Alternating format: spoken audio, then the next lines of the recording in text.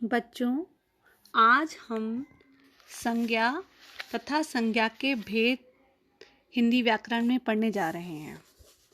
बच्चों, संज्ञा एक ऐसा पाठ है जो सभी बच्चे भली भांति शुरुआत से ही पढ़ते चले आ रहे हैं। तो चलिए संज्ञा का परिचय देखते हैं। संज्ञा शब्द सम धन ज्ञा के मेल से बना है, जिसका शाब्दिक अर्थ है संपूर्ण ज्ञान कराने वाली, जबकि संज्ञा शब्द का शाब्दिक अर्थ है नाम। तो इसका अर्थ हुआ किसी व्यक्ति, स्थान, प्राणी, वस्तु और भाव आदि के नाम को हम संज्ञा कहते हैं। जैसे वेदांत विद्यालय से घर लौटा, तो वेदांत, विद्यालय और घर ये हैं संज्ञा। उसकी प्रसन्नता का ठिकाना न था, प्रसन्नता शब्द संज्ञा है। उसे निबंध प्रतियोगिता में पुरस्कार मिला था, तो निबंध और पुरस्कार शब्द संज्ञा हैं। प्रधानाचार्य ने उसे पुरस्कार दिया, तो प्रधानाचार्य और पुरस्कार संज्ञा शब्द हैं। तो इस प्रकार किसी व्यक्ति का नाम, किसी स्थान का नाम, किसी प्राणी, वस्तु और भाव, इन सभी के नामों को हम संज्ञा कहते हैं। अब चलते हैं बच्चों संज्ञा के भेदों की तरफ। संज्ञा के मुख्य रूप से तो 3 ही भेद होते हैं: व्यक्तिवाचक संज्ञा, जातिवाचक संज्ञा और भाववाचक संज्ञा।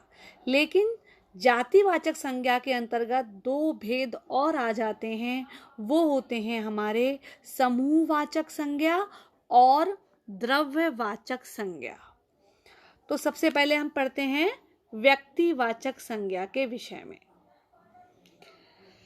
तो व्यक्तिवाचक संज्ञा क्या होता है बच्चों? जो संज्ञा शब्द किसी व्यक्ति, प्राणी, स्थान या वस्तु के व्यक्तिगत नाम का बोध कराते हैं, व्यक्तिवाचक संज्ञा कहलाते हैं। जैसे राम अयोध्या के राजा थे, कुरान पवित्र ग्रंथ है। तो जिन शब्दों से किसी विशेष व्यक्ति, विशेष स्थान या विशेष वस्तु के नाम का बोध हो, उन्हें व्यक्तिवाचक संज्ञा कहते हैं। दूसरा है बच्चों हमारा भेद जातिवाचक संज्ञा। तो जो संज्ञा शब्द किसी जाति, समूह, झुंड अर्थात एक से अधिक के होने का बोध कराते हैं, वे जातिवाचक शब्द संज्ञा शब्द कहे जाते हैं। जैसे लड़के खेल रहे हैं, घोड़े दौड़ रहे हैं, मनुष्य को समय का महत्व समझना चाहिए। तो जिस संज्ञा शब्द से किसी प्राणी, वस्तु अथवा स्थान की जाति या पूरे वर्ग का बोध होता है, तो उसे जातिवाचक संज्ञा कहते हैं। यहाँ पर लड़के जो है पूरी लड़के जाति का बोध करवा रहा है, घोड़े पूरी घोड़े जाति का बोध और मनुष्य पूरी मनुष्य जाति का बोध करा रहे हैं, इसलिए यहाँ पर है जातिवाचक संज्ञा। लेकिन बच्चों कई बार ऐसा होता है कि व्यक्तिवाचक संज्ञा का प्रयोग जातिवाचक में हो जाता है और जातिवाचक संज्ञा का प्रयोग हम व्यक्तिवाचक के रूप में भी कर देते हैं। जैसे हमने कहा कि भीष्म पितामह दृढ़ प्रतिज्ञा के लिए मशहूर हैं, तो अगर हमने ये कहा कि जो रवि है, रवि तो भीष्म पितामह हैं, तो इसका मतलब भीष्म पितामह व्यक्तिवाचक नहीं है, वो दृढ़ प्रतिज्ञा के लिए उनके लिए ये शब्द प्रयोग किया गया है। अर्थात हमीद स्वयं भीष्म पितामह नहीं, बल्कि वो दृढ़ प्रतिज्ञ है, अर्थात भीष्म पितामह की ओर संकेत कर रहा है। इसलिए यहाँ पर व्यक्तिवाचक संज्ञा का जातिवाचक संज्ञा के रूप में प्रयोग हो रहा है। और भी उदाहरण है, जैसे वह तो विभीषण निकला, उसने अपने ही लोगों को धोखा दे दिया। तो यहाँ पर विभीषण केवल विभीषण के लिए व्यक्तिवाचक के लिए प्रयोग नहीं है, बल्कि विभीषण विश्वासघात करने के लिए संकेत दे रहा है। ऐसे ही और देखिए, मैं तो एकलव्य हूँ, गुरु के लिए कुछ भी कर सकता हूँ। तो यहाँ एकलव्य एक व्यक्तिवाचक संज्ञा नहीं है, वरन गुरु की भक्ति के लिए प्रयुक्त हुआ है। इसलिए यहाँ पर जो एकलव्य है, ये संपूर्ण गुरु भक्ति वाले व्यक्तियों की ओर संकेत कर रहा है, इसलिए यहाँ पर ये जातिवाचक संज्ञा है। ऐसे ही बच्चों इसके विपरीत देखिए, जातिवाचक संज्ञा का व्यक्तिवाचक संज्ञा के रूप में हम कैसे प्रयोग करते हैं। जैसे कोई कहता है कि महात्मा जी के बलिदान के कारण ही भारत स्वतंत्र हुआ, तो यहाँ महात्मा जी शब्द जाति का बोध नहीं करा रहे, सारी महात्माओं का बोध नहीं करा रहे, अन्यथा अथवा महात्मा गांधी व्यक्ति का बोध करा रहे हैं। तो सारे महात्माओं से इसका मतलब नहीं है, इसका अर्थ है महात्मा गांधी से। ऐसे ही नेताजी ने कहा था, तुम मुझे खून दो मैं तुम्हें आज़ादी दूंगा, तो यहाँ सारे नेताओं से इसका अर्थ नहीं है, यहाँ नेताजी से अर्थ है सुभाष चंद्र बोस। ऐसे ही पंडित जी हमारे देश के पहले प्रधानमंत्री थे, तो ये पंडित जी जातिवाचक संज्ञा का बोध नहीं करा रहे, यहाँ सारे पंडितों की ओर इंगित नहीं कर रहे, बल्कि यहाँ पंडित जी का अर्थ है पंडित नेहरू। तो इस प्रकार बच्चों कई बार व्यक्तिवाचक संज्ञा का जातिवाचक संज्ञा के रूप में प्रयोग हो जाता है और जातिवाचक संज्ञा का व्यक्तिवाचक संज्ञा के रूप में भी प्रयोग हो जाता है। अब हम चलते हैं भाववाचक संज्ञा की तरफ।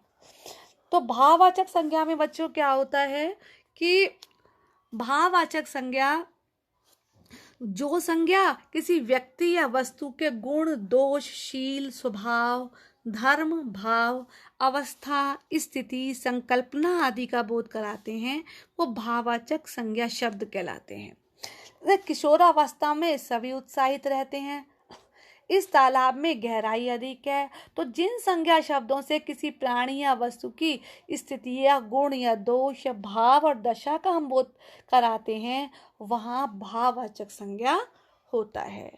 बच्चों कई बार भाववाचक संज्ञा का जातिवाचक संज्ञा के रूप में भी प्रयोग हो जाता है। जैसे भाववाचक संज्ञा शब्दों का प्रयोग हमेशा एक वचन में किया जाता है, किंतु यदि इसको भाववाचक संज्ञा शब्दों का प्रयोग हम बहुवचन में करते हैं तो वो जातिवाचक संज्ञा बन जाते हैं। जैसे बीमारी से बचकर रहो, तो यहाँ पर बीमारी जो है भाववाचक संज्ञा है, लेकिन यदि हम इसको कहें इतनी तरह की बीमारियों से कैसा बचा जाए, तो यहाँ बीमारी का बीमारियों कहा, तो यहाँ पर बीमारियों हो गया जातिवाचक संज्ञा। ऐसे ही प्रार्थना करो अवश्य सफलता मिलेगी, तो यहाँ प्रार्थना एक वचन है, तो यहाँ पर है ये भाववाचक संज्ञा। लेकिन यदि हम इसको कहते हैं सबकी प्रार्थनाओं का अवश्य असर होगा, तो प्रार्थनाओं बहुवचन हो गया, तो अतः यहाँ पर हो गया जातिवाचक संज्ञा। कभी किसी की बुराई मत करो, तो यहाँ पर बुराई भाववाचक संज्ञा है। बुराइयों से बचकर रहना, तो ये बहुवचन हो गया, तो यहाँ पर हो गया ये जातिवाचक संज्ञा। तो इस प्रकार भाववाचक संज्ञा के रूप में, जब भाववाचक संज्ञा का जातिवाचक संज्ञा के रूप में भी प्रयोग होता है। अब आगे चलते हैं बच्चों हम द्रव्यवाचक संज्ञा की तरफ। तो जो संज्ञा शब्द किसी पदार्थ, द्रव्य अथवा धातु का बोध कराते हैं, वो द्रव्यवाचक संज्ञा कहलाते हैं। जैसे 2 किलो आटा दीजिए, तो ये द्रव्य है। उसी तरह से यह हार सोने का है, तो यह धातु है। गाय का दूध कितने रुपए लीटर है, तो ये भी द्रव्य है। तो इस प्रकार जो संज्ञा शब्द किसी धातु, द्रव्य या पदार्थ का बोध कराते हैं, उन्हें हम द्रव्यवाचक संज्ञा कहते हैं। आगे हम देखेंगे बच्चों अंत में, यह है हमारा समूहवाचक संज्ञा। तो समूहवाचक संज्ञा में बच्चों क्या होता है कि जो संज्ञा शब्द एक ही जाति के व्यक्ति या वस्तुओं के समूह का बोध कराते हैं, वो होते हैं हमारे समूहवाचक संज्ञा। इस चाबियों का गुच्छा कहाँ है, तो गुच्छा जो है एक समूह है। भारतीय सेना हमारी रक्षा करती है, तो भारतीय सेना जो है वो सैनिकों का एक समूह है, और वहाँ कूड़े का ढेर लगा हुआ है, तो ढेर जो है वो कूड़े का समूह है। तो जो जातिवाचक संज्ञा शब्द किसी समूह या समुदाय का बोध कराते हैं, समूहवाचक संज्ञा शब्द कहलाते हैं। इनकी सबसे बड़ी पहचान यही है कि ये एक से अधिक सदस्यों के होने का बोध कराते हैं। जैसे बहुत सारी चीज़ें हैं, कक्षा, पुलिस, होमगार्ड, संसद, जुलूस आदि। तो इस प्रकार बच्चों आशा है आप सभी को संज्ञा का पाठ भली भांति समझ में आ गया होगा। धन्यवाद बच्चों।